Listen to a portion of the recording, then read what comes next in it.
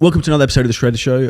Today I'm really excited to have a really good friend and business coach and client, Antoine Blanco, on the podcast. So Antoine is a very inspiring young man, I didn't mean to say it patronising way, from France. He's only 2022, who's 22, who moved to Dubai, has online fitness business, absolutely crushing it, has an absolutely amazing mindset and thought process, and is wise and mature beyond his years. So we're going to have a really in-depth conversation about how he's got to where he is at 22, his thought processes, what he wants to achieve, and life in general. So thank you very much for your time, Antoine, and really appreciate you. Yeah, I'm very happy to join you on this podcast. I've been looking for you for a long time. You are a great inspiration for everything for me, whether it's business, fitness. So I'm really happy to be here with you. Thank you. So first thing I'd get into is even just the way you conduct yourself. You're very, very polite, and then you're very, very courteous with everything. Yeah. Is that the way you are? Do you put that down to the way you were brought up in France, or? Yeah, I think my mom did a great job at raising me she has always been here for me. So yeah, she has done a great job with me and my brother to just be good kids from the start, and that's something I'm still carrying on today. Never be offensive to anyone, always be humble, even if you have some success. That's some values that she taught us from a young age, so that's really important to me. That brings me into my next question I was going to ask. So Antoine absolutely kills it in the fitness scenes. When he joined the 7-figure scaling system, I think you're making 20,000 euros a month. You're now making 30,000 euros a month at 2022. At 22, how have you stayed so humble at such a young age? I mean, just changing the environment. Moving to Dubai made me realize that I'm just a small fish. When I was in France, I thought I was doing well compared to most of the population that was living around me. But coming here, I see that there are so many successful people that are living on this earth, and I'm just a small fish in a big ocean. So yeah, it's always looking for what's above and not what's behind me. So yeah, we can always do more, obviously. So that's what's driving me to grow and stay humble and have my feet on the ground. But I think I'm there is nothing crazy, obviously, today with all the opportunity that exists online. A lot of guys can do 10, 20, 30K per month easily. It's going above 7 figures and beyond that, where you really start to detach yourself from the rest of the pack, I would say. When you say that in terms of obviously moving to Dubai, what spurred that idea for you initially, and were you afraid of that move? Obviously moving at such a young age to a country where I don't think you knew that many people initially. Yeah, I've always been very introverted and very, I won't say lonely, but I like to be alone sometimes. So I wasn't really afraid to move abroad.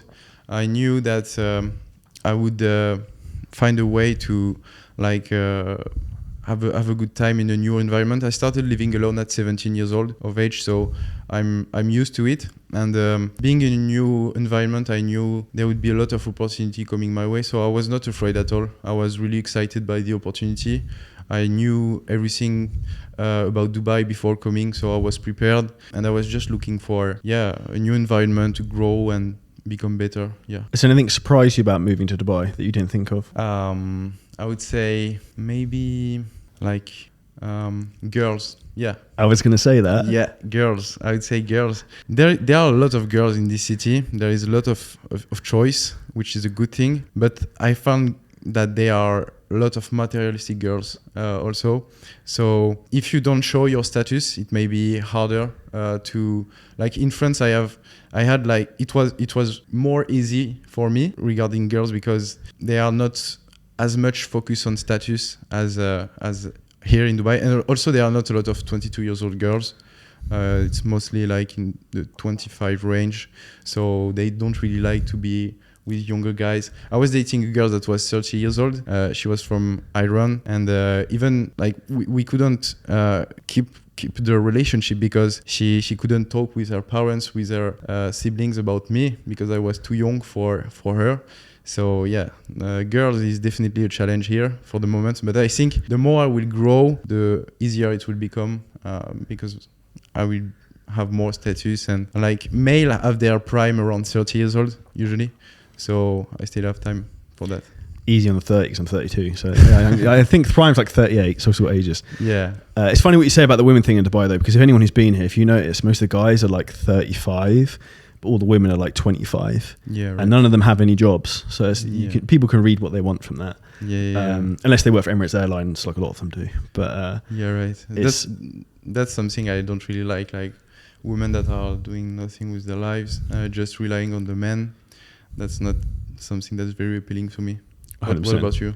I would agree. In terms of what surprised me about Dubai, I think the best thing I love more than anything, and I notice this when I leave every time, is how everything just works like clockwork and everything's seamless. Like even if you land at Dubai airport and you're a resident, you come off the plane, you don't even have to like talk to anyone to go through passport control. They scan your passport, bang, through. It's no queuing. Bags there. Like I can land and be at home in like 30 minutes. Like the efficiency of things I just love because I'm really impatient. So I hate just like standing around doing nothing. So everything running like clockwork and how polite everyone is. And I think probably my favorite thing that I didn't even think about before I moved here is my personal safety. So like I don't have to worry about, I don't lock my apartment door at night. I don't worry about leaving a laptop on the side or my phone in the gym. Like no one's going to steal anything. No one's going to hurt you. And you don't think about that when you're here. But then when you go to like America or somewhere, you're like, what the fuck? There's like homeless people everywhere and like drug addicts and stuff. And you suddenly forget like this world exists. And I think Dubai is almost like its own little bubble in that respect, which is pretty incredible. And I think my favorite thing I realized moving here is also it's a collection of the best people in the world because you're only here generally if you're really good at whatever you do.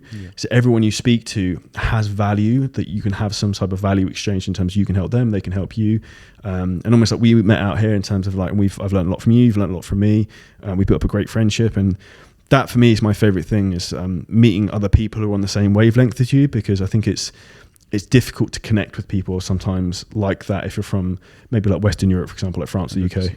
100%. Yeah, I totally agree. I told you earlier that it was hard for me to like be around people, especially in France, because I found out that no one was really connecting with my values. So growing up, especially in high school, stuff like that, I was really into CrossFit. And in high school, I didn't have many friends. Like I was eating alone during lunch, stuff like that, because no one was driven to accomplish success. Every one of the people I was hanging around just thought about the weekend and how they could party during the weekend, how they could hang out, stuff like that. And here it's really different. Same as you, I can 100% connect with people that share this value, that wants to grow personally, financially, like in every way possible. So that's way more fulfilling and way more easier to connect and have conversation with different guys. 100%. Now, one of the things that I still remember reading to, and I was like, holy shit. When you signed up for business coaching with me, I remember you writing down your vision of what you wanted in life. Would you mind sharing what it is your goals and aspirations are? Yeah, 100%. So different areas. First, I want to take care of my mom. That's like one of the most important things. I want to retire her like in the next few years. I want to take care of my brothers also. I want to help them have the freedom and the life they want. I want to become a great entrepreneur, so develop the skills, beliefs, and character trait of a 9-figure entrepreneur. And I want to perform in my fitness also. I want to become a great competitor in what I do, because I believe that competition always makes you stronger. And so yeah, that's basically what I want. Fitness, becoming the best version of myself. Family, helping my mom and my siblings and have a safe environment to build my own family. And business, I want to become a great entrepreneur. And I can't remember what exactly you messaged me. So I competed at the Dubai Pro Show at the weekend. And I remember you messaged me something about like, that's why you're inspiring to me. Because I think I said something to you about like, I just want to push myself to the max with everything. Yeah. And it was something like that. And like, that's where I get really frustrated with people, is they think like they can only be successful in one area of their life. Like I can only be good at business, but it means I have to be really out of shape and I can't have a family. I've got to fucking give up everything. And like, for me, the goal is to be like physically jacked and financially stacked. Yeah, like I want to be fucking like look the fucking part and have like be the athlete, but then I also want to be the entrepreneur, but I also want to be the family person. I want to be like, I want to tick all the boxes, and you can do that as long as you have the mindset and the drive and the willingness to do that. Because the reason people can't do that is because they set their own limiting beliefs and they just set the bar too low. And I think that's about setting high standards for yourself and also putting yourself around the right, like amazing people like yourself, and also being like coachable and willing to learn. Like both of you and me are like big advocates in terms of learning from other people to try and like upskill and up level. And that's one of the things that's allowed me to grow very quickly personally, physically and financially. And I know you've been exactly the same. 100%. Joining your program, your coaching program has helped me turn on in every way possible. Financially, obviously, I've grown. Like fitness-wise, I'm growing. Even the relationship that we build and the attention that you give me, it helps me like really focus and really, I feel like you have expectation on me. And that helps like a ton. So yeah, I'm a huge advocate also for coaching programs, and I think that you're doing a really, really great job. I feel like you really want me to succeed, and that's rare.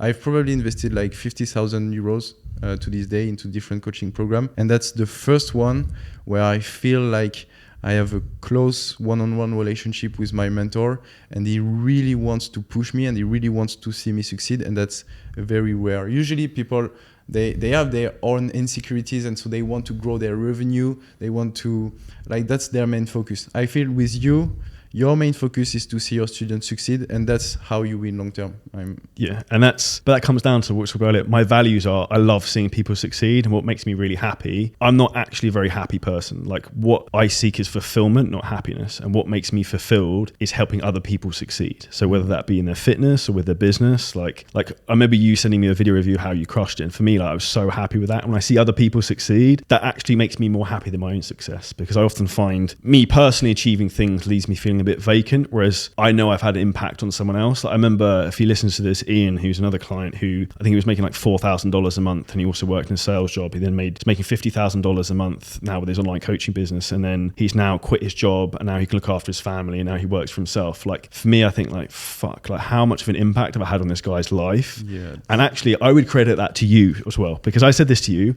I wouldn't have started doing this. I'd been kicking the can down the road doing this for ages, because I don't want to be that guy who was like, I'm going to do a business coaching program. And until you messaged me, and I was like, fuck it, I'm just going to do it. Yeah. And then I started with you, and I loved it, because I suddenly realized like, shit, this is what I'm really passionate about as well, because I love business and I love helping people, and people who I have the same values as someone like you who's really driven and has the right purpose. I want you to succeed. And even like, I bought you the other day, Antoine said he gets distracted. So I gave him a lockbox for his phone. Yeah. So he doesn't get distracted in the mornings. An interesting question for you, actually. What would you say as an entrepreneur is the biggest thing you struggle with in terms of like personal traits? Focus, 100%. I need to focus more. I think I'm very disciplined. Like that's a character trait that defines my identity. I haven't always been that way. So I started disciplining myself from 16 years old. CrossFit helped a ton for that. But focus is my main, because there are so many tactics that we can implement, so many marketers that share their new stuff that will help you grow. And I buy into that. I still buy into that. And every time it happens, I try to refer to some books that we talked about already, which are The Slight Edge and The Compound Effect. Basically, the main philosophy of these two books is that it's not about the house, it's how you do the house, which means it's not the tactic. They are different. In school, we learn a very convergent way of thinking. When you have a math problem, you start from point A and you have to finish to point B. In life, it's divergent way of thinking. So you have an infinite amount of paths you can take to reach a goal that you set for yourself. So it's not about the how, it's how you do the how, which means how you do the daily stuff, the daily activities over and over and over and over again. Even if you don't see the results at first, just keep doing them. And that's definitely the biggest weakness I still have. Focus. I need to work on that, and I'm aware of it, but I guess it just takes time. What about you? Interestingly, as soon as you said that, I said it, I thought exactly the same thing. The same thing I say to a lot of people is the key thing you need to think about is singularity of focus. But the problem is you have this big like red shiny object that someone tells you about every week. You're like, fuck, I need to go and do this. But like the big thing I'm learning, I'm actually scaling back a lot of things we're doing just to focus on 2 or 3 things that work, and then focus on doing those even better. And it's the same as I say to clients when it comes to fitness training, is it's like, it's not how you do it. Yeah. It's not like what you do it, but it's how you do it. So like better is better, not more is better. And people have that equation in their mind that they just need to do more random stuff and they'll get more success with whatever they're doing. And the reality is it's about me being more strategic and more precise rather than being a busy fool, which is what I see a lot of people doing. And you can relate that to business and you can relate that to fitness. 100%. A big thing I actually would say, I love talking about the same similarities between business and fitness, but my favorite thing about fitness and why I love it so much, like interesting, like comp prep now, is that it's easy, it's reliable, like it's all on you. So for example, for me to get shredded, like this is like the easiest thing in the world. I've got complete control. It's like just eat the food I need to do the cardio, do the training. I get super lean, easy. Whereas like business, there's like a billion other variables going on. You've got the global economy, Instagram reach, like employee issues, whatever. Like there's so many external factors. So anyone listening to this, if you're an entrepreneur and you're trying to get in shape, fitness is the most reliable and like sustainable thing you're going to have in your life. So if you want something that's like a bedrock for you and your identity and your character, fitness is a really solid thing to really max out. And there's no reason why you shouldn't be able to achieve world-class results in your fitness if you've already been really successful in business, in my opinion, because the same character traits that made you successful in business will make you successful in fitness. And generally, if you're successful in fitness training, you should be able to be successful in business if you have that mindset. Yeah, 100%. That's funny. I thought about it the other day. And I would say the only difference that there is between fitness and business is that in fitness, there is no leverage at all. In business, there is leverage. So in business, you have a discrepancy between how much input you have and how much output you have. You can use a different way to as leverage, like, as you said, your teams, capital, like Facebook ads. Like you have so many ways to use leverage and have the highest discrepancy between your input and your output. In fitness, there is no discrepancy. You cannot delegate anything. You cannot delegate how you train. You cannot delegate, like, it's how much input you have will be strictly equal to how much output you get. So that's a great way to build the self-discipline character trait. And then in business, you can implement this character trait and have a lot of results at first. But then you have to add another character trait, which is focus, and focus on the highest leverage activities because this is how the bigger guys in the space get the best results. They are working hard, they are disciplined, that's the fundamental. But then on top of that, they have a very well understanding of what is leverage and how to use it. I think that's the biggest differentiator between the two spaces. 100%. And I think what's an important thing to understand, if you look at a business perspective, people think it's 24 hours in the day, but there's not if you can hire as many people as you want. Yeah. If I hire another 10 people, there's 240 hours in a day. Yeah. Whereas in like fitness is like, yeah, I have to do the training myself, I have to eat the food myself. But there's also ways you can be smart about that in terms of like meal prep, get food delivered, don't train in a gym that's an hour away from you. Like, I don't know, I'd say if you've got to do cardio, there's cardio equipment in my building, it takes me a minute to get there. Yeah. Like having an efficient life in terms of the way you structure yourself is very important. And I think that's one of the things I see a lot of people making mistakes with is they're driving an hour to the gym each way to work out. And it's like, yeah, that's 2 hours a day. If you train 5 days a week, that's 10 hours a week. It's like, that's a pretty shitty use of your time. If you think what your hourly rate is worth, say you earn $100 an hour, that's $1,000 a week it's costing you just to get to the gym and back, let alone the time you train. Yeah, true. I didn't think about that. So yeah, there is a form of leverage also in fitness. If you make the process easier, obviously, the output will be easier to get. Another way to think about it is if you can have a meal prep company, the input will be less and you will still have the level of output you could have if you meal prep your stuff by your own during the weekend. So yeah, that's I didn't think about it this way. So yeah. From a fitness aspect, what are your goals for the upcoming years for that? Do you have anything specifically? Not really in terms of aesthetics. I want to perform. Like I really want to become the best version of myself, and I feel I will attain that through CrossFit because it's a different mindset compared to bodybuilding. It's really about like performance. So how heavy can you lift for how long?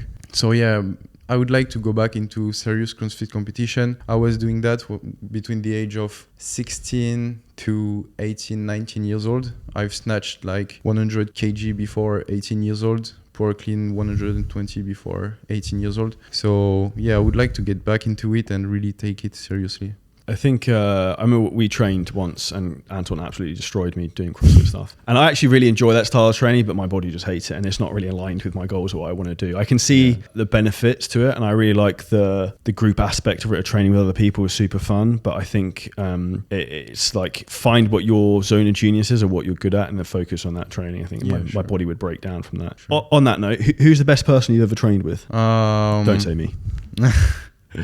No, like for what specific goals? For example, most impressive person you've trained with, like athletically, who were like, holy shit, this guy's like nuts.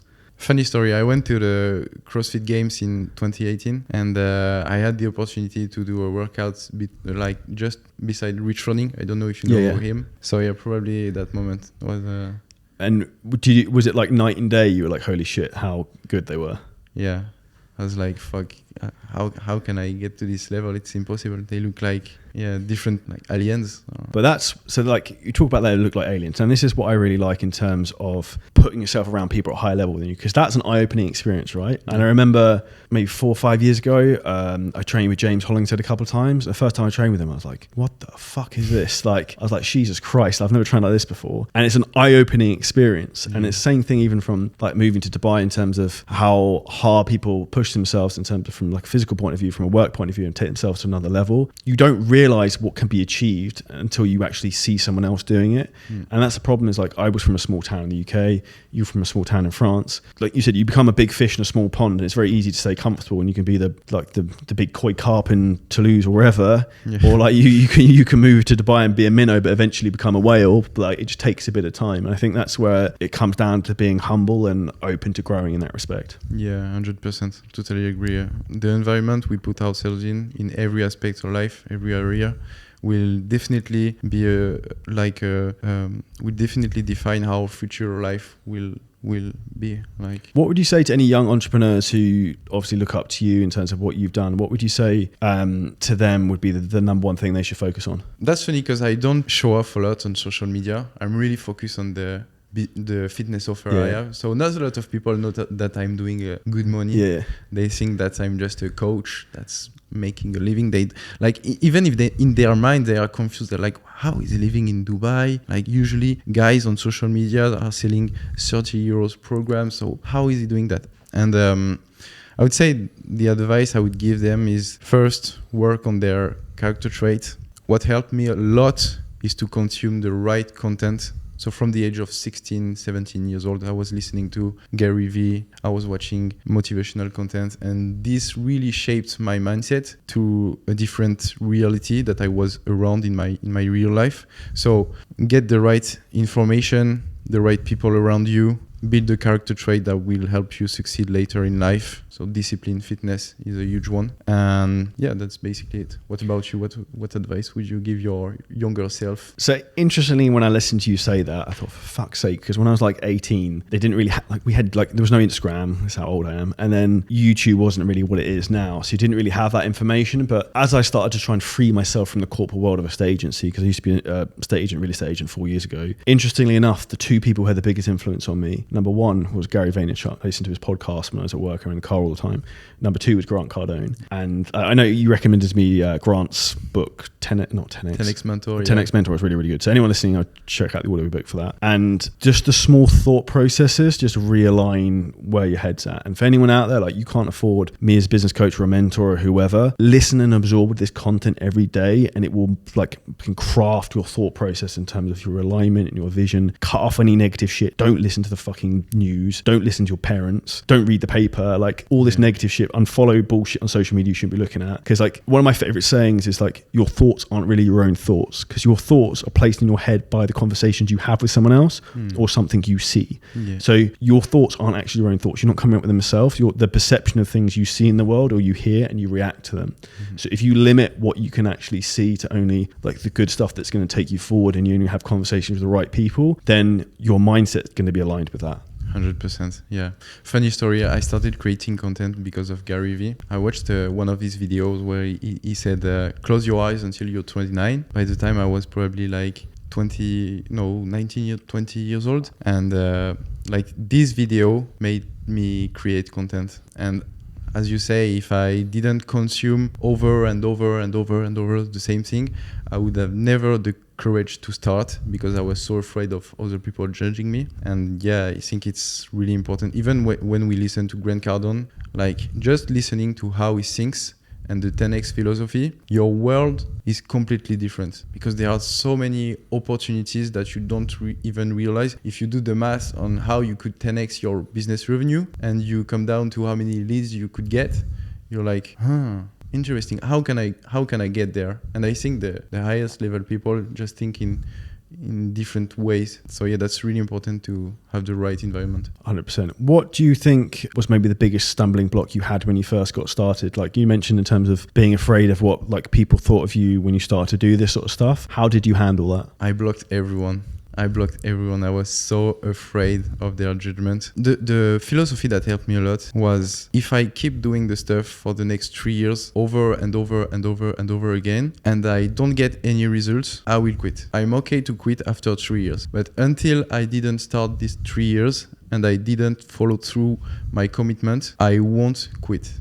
And funny thing is that today I've just reached 100K on Instagram, and 2 years ago I did my first post on Instagram, day by day 2 years ago, and I didn't miss a day.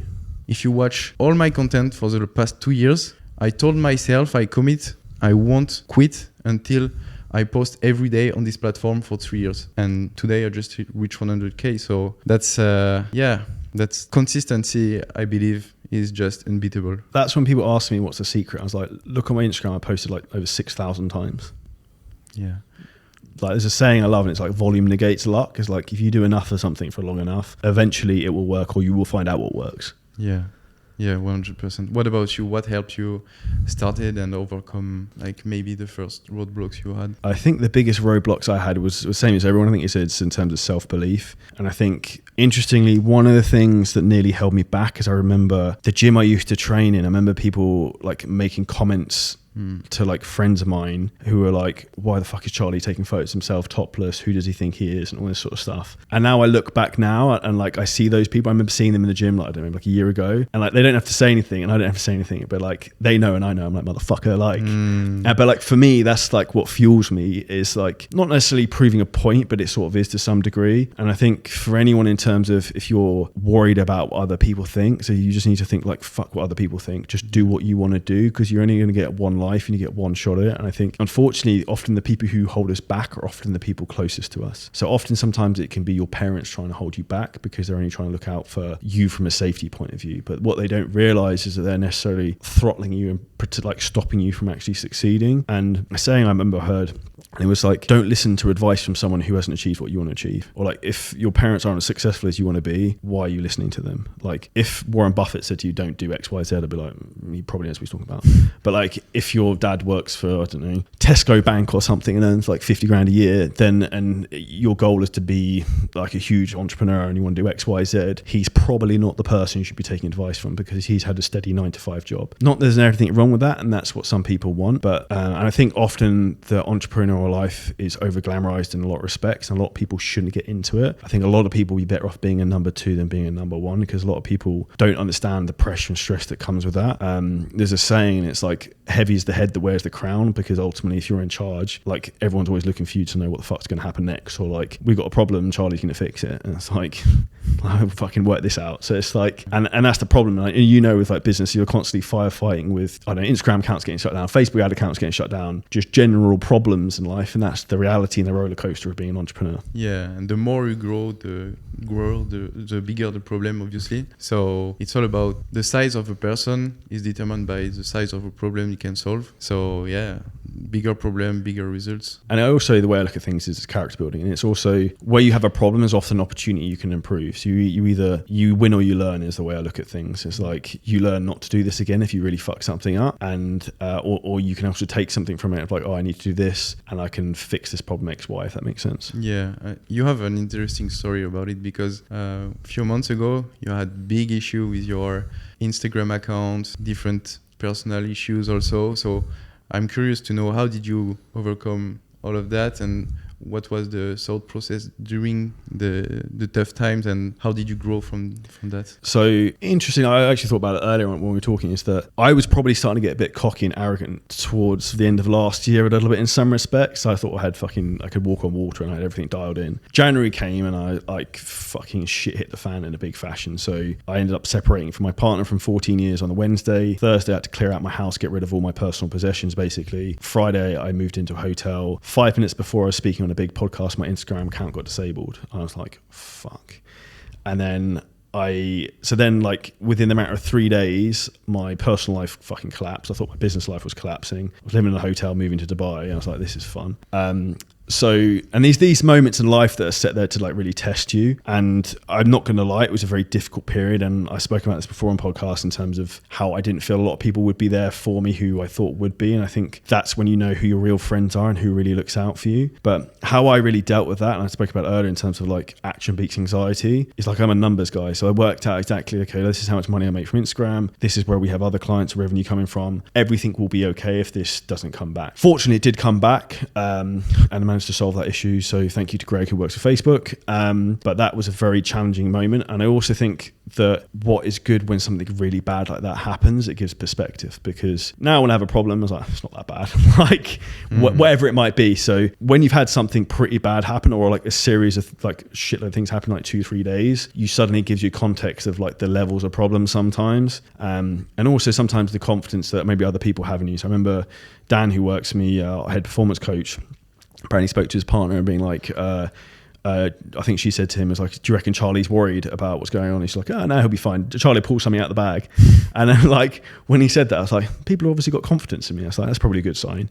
But I think these things are character building, and I also learned a lot from that, which has allowed me to improve in terms of business. And it also, I think it's a stark reminder, and I say it to a lot of people I work with, is never take anything for granted, because you never know when everything can be taken away from you. Even if you look at the Andrew Tate scenario, obviously he's got loads of money, it doesn't really matter for him, but he got blocked from every social media platform in the fucking world, got blocked from Stripe, all his bank accounts shut down. Like that's when you're like, fuck me, like you can literally have everything wiped out. Mm-hmm. So never get complacent and always appreciate everything you have. I think that's the biggest thing I've learned this year.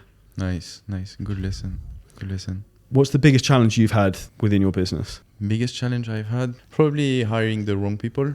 Yeah, I would say, especially for me, it's really important to build a brand that will sustain for years and years. So I take very seriously the clients' results that I can have in my program. And not hiring the right coaches cost me a lot, because people wanted refund, stuff like that. So I would say hiring the wrong people is one of the biggest challenge I've encountered. And you? Probably the issues I had earlier in the year, but yeah, people is always an interesting challenge. I think it's interesting whenever anything bad happens to you. Like I've actually had, funny enough, I had, if you listen to this Omish Singh, who's a doctorate client of mine in Texas who I worked with for 2 years. I was having a bit of a shit day yesterday, and he literally said like the nicest thing to me yesterday in terms of like, you don't realize how you've impacted me and how I've impacted thousands of other people, because he's a doctor. And I was like, that's a really nice feeling. And then like Thomas Whitehead, who's actually another business coach and client of mine, Thomas, who he sent me a really nice message after he listened to another one of the podcast episodes about like how nice it was to hear about how, not nice to hear bad things that happened to me, but how I dealt with them. And that like people, like everyone has issues, because people don't necessarily see that from the outside, and they think everything is sunshine and rainbows, but they don't actually know what sometimes happens on the other side of the wall with like the problems and the other stuff that people have to deal with in life. 100%.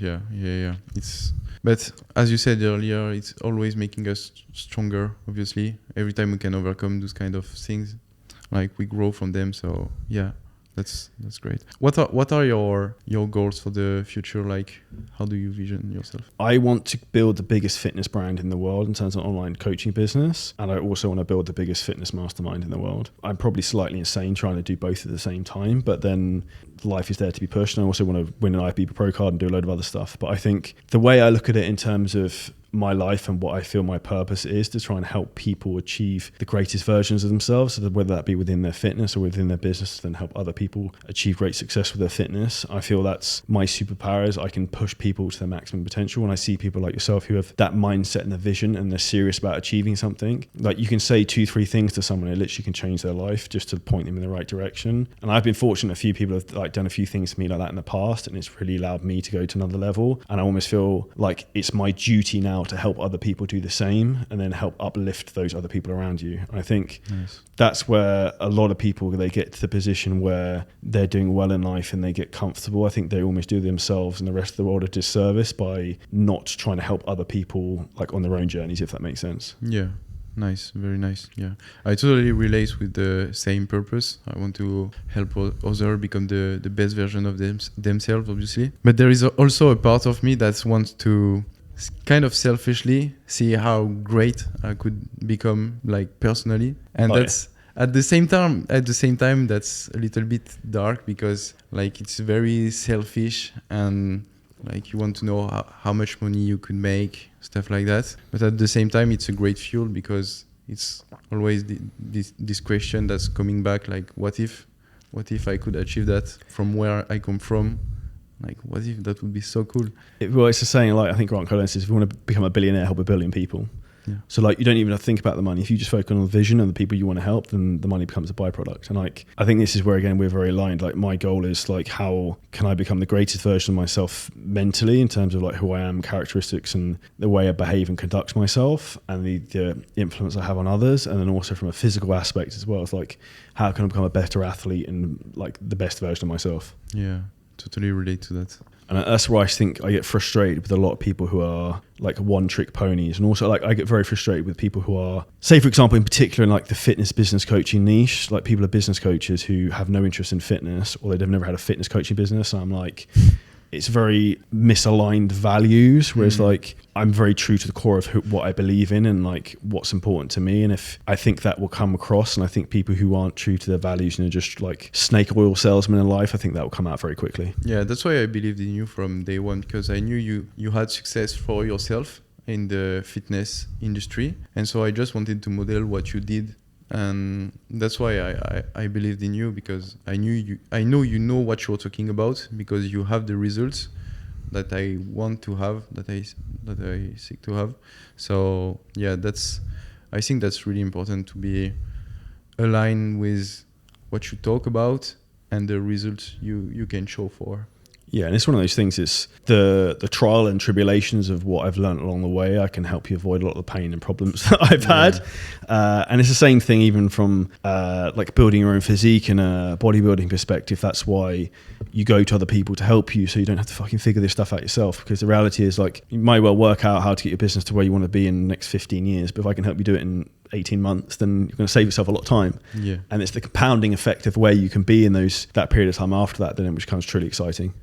Almost he talks about it. He says that the best investment we can make is on ourselves and on mentorships. He has the same story where he invested in Russell Brunson Mastermind, and it helped him grow because it broke a lot of his beliefs, and it also gave him a lot of skills that he couldn't have acquired by investing in real estate or S&P 500, stuff like that. So yeah, I 100% believe that it's the easiest way to contract the time between our current reality and the goals we want to achieve. Just invest in mentorship and great mentors that have results, because a lot of people are scams. And you want to invest in someone that has results and has done it for himself. And that's like everyone I go to for anything to help me, I go to them because I know they've walked the walk into whatever aspect. So for example, currently working with Darren Farrell in terms of, for my bodybuilding journey now, in terms of like, he's an IFBB pro, he's going to fucking Olympia, like he's turned other people pro, like he has walked the walk and is walking the walk. So for me, that's like ticks the box in terms of like, he can do it himself and teach other people to do it. And when someone can do it themselves and they can also teach others, that's when you're like, this person can definitely help me. And that's the difference in terms of like, even from a fitness aspect, right? Like a lot of people can be in fucking great shape, like way better shape than me, but they can't train other people because they're just genetic phenoms. And I think a lot of people will then use like examples of, oh, X person does a keto diet and only works out like once a week. But it's like, yeah, but you're not them. Like that person's a genetic god. Like, yeah. Are you a genetic god? Like, it's like, I don't know, we had Mike Thurston on the podcast recently. Like, Mike's got phenomenal genetics and he admits that. Like what he can do doesn't necessarily work for other people. And I think it's people need to understand that, I think is important. Yeah, 100%. It's a message that we need to spread. Not everyone starts on the same line. And the goal should be to always improve yourself with what you have, because this is the only thing you can control. So having someone that has great results can help you better your potential, like maximize your potential. But sometimes it can be, and this is a trap that I fall into often. I compare myself with guys that are. We talked about E-Man earlier. Yeah, obviously a man is 22 years old, is massively successful, and I compare to him, I'm like, fuck, what have I done with my years? Like 22 years, look at where he is, look at where I'm at. And we all have different strengths, weaknesses, and I think the only thing we can control is how much we can push ourselves, our own potential, and that starts by focusing on how can I make today the best day possible, how can I maximize my potential today, not think about the best strategy plan to go there as fast as possible, because this is harmful for our mental health. But if we just focus on giving our best effort every single day, every second in what we do, like we won't have any regret at the end of our lives. So yeah, what I would say is just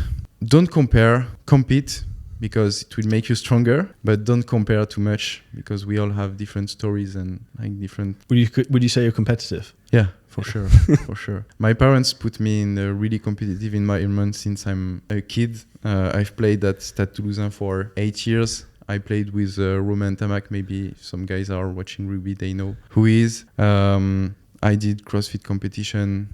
I've always liked to see how good I could be, and the only way to really push yourself is to compete, I think. When you have someone else that's just above you and you have this spirit of I want to win, this is the best way to see how great you can become. I love that. And I think I'm a natural born competitor. For me, it's like, it's not even about with other fucking people, it's with myself. And like the goal is like, how can I be better than the person I was yesterday? Yeah. Or how can I push myself harder? Question I have for you, did you ever feel like you get burnt out? Yeah, sometimes, yeah, 100%. Especially like probably the past months, I had some tough times because I set some expectations that were too high.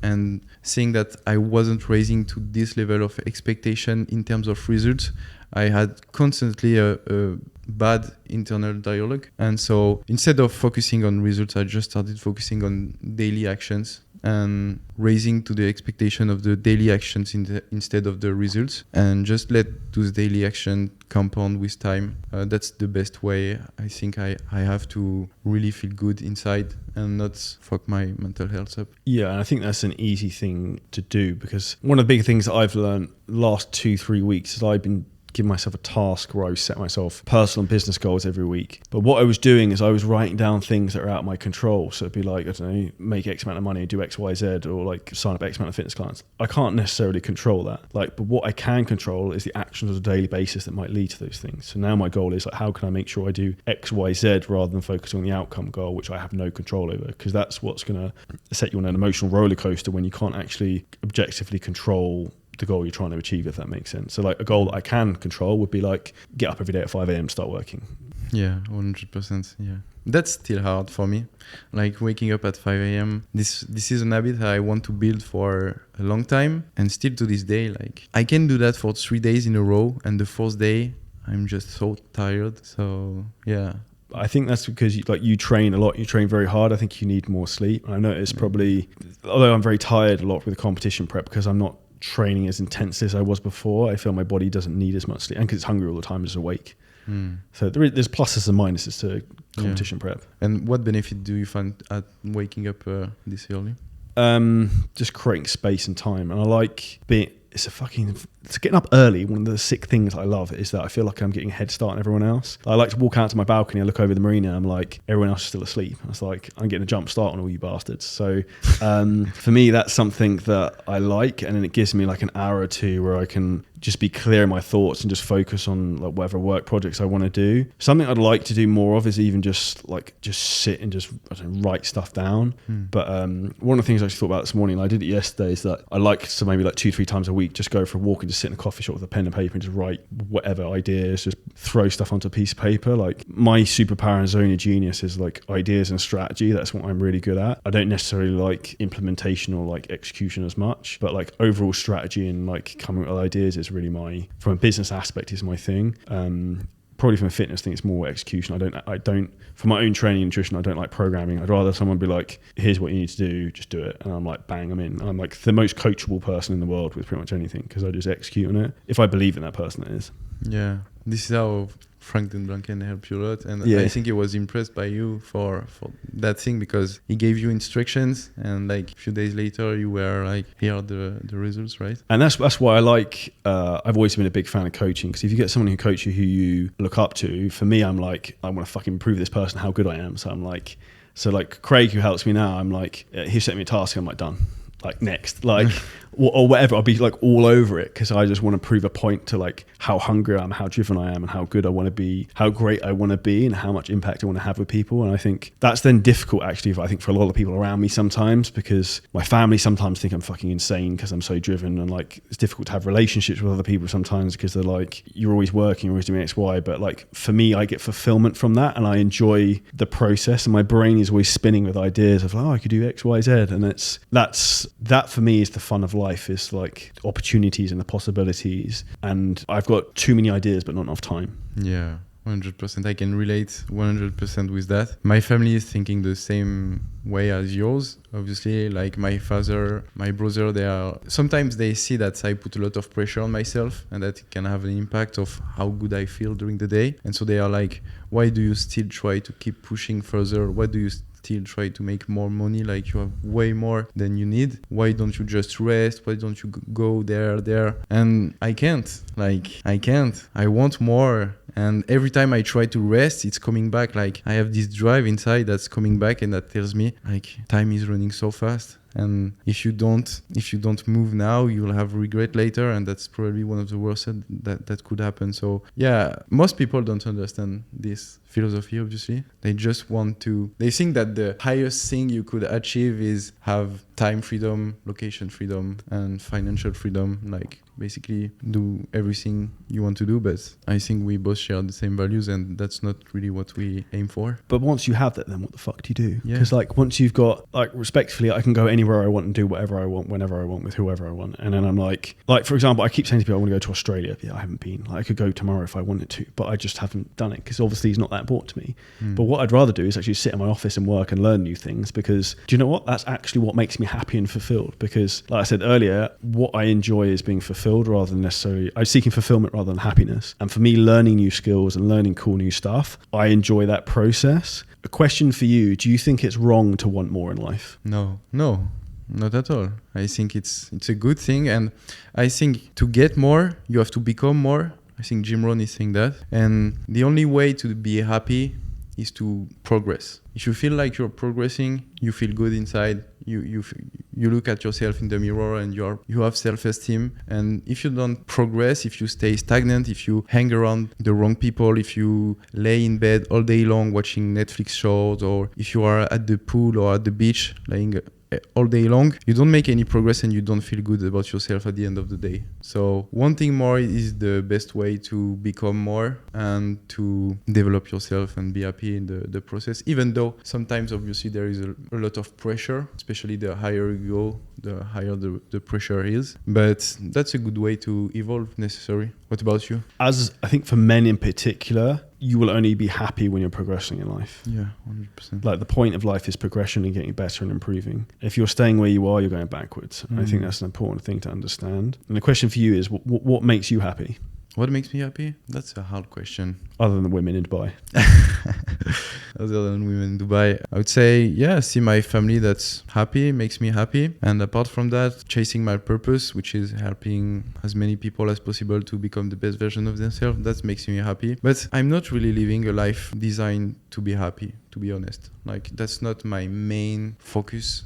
I want to feel good about myself. And I know that to feel good about myself, especially at the end of my life, it's necessary for me to sometimes not be happy and like to do the thing I don't want to do. And that's not the end goal for me, happiness. Like, I've tried to meditate, I've tried to do the positive affirmation, and it's just not like, it's just doesn't feel like it's the right thing to do. What about you? I would agree with what you said then, because interestingly enough, I feel my purpose and drive is so strong that I have been super unhappy probably the last month or two, because I've been pushing myself so hard. Like, yesterday I worked from 5 a.m. to 8:30 p.m. I don't need to be doing this, but I still do it with a relative smile on my face, because I have a purpose of who I want to be and who I want to help, and I'm willing to sacrifice myself in the meantime to do that, which is because I feel I have a higher purpose than than just like swanning around the pool in Dubai with my top off and lifting a few weights, which is what most people aspire for. So I think that's an important thing for people to take context of.